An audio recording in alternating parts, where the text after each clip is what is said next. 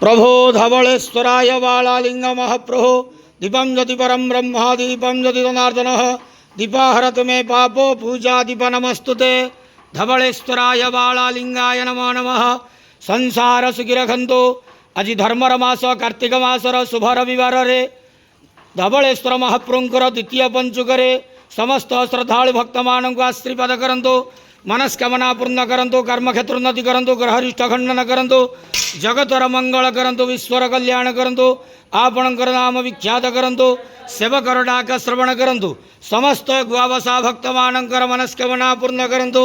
प्रभो त्र्यंबकं यजामहे सुगंधिं पुष्टिवर्धनम् उर्वारुकमिवोन्धनात् मृत्युर्मुखीयमामृतात् तत्पुरुषाय विद्महे महादेवाय धीमहि तन्नो रुद्रः प्रचोदयात्।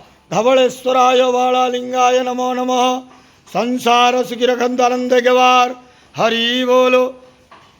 आज धर्मर मास कार्तिक मास द्वितीय पंचुक शुभ रविवार रे समस्त श्रद्धालु भक्त मानक आशीर्वाद करंत आनंद गवार हरि बोलो।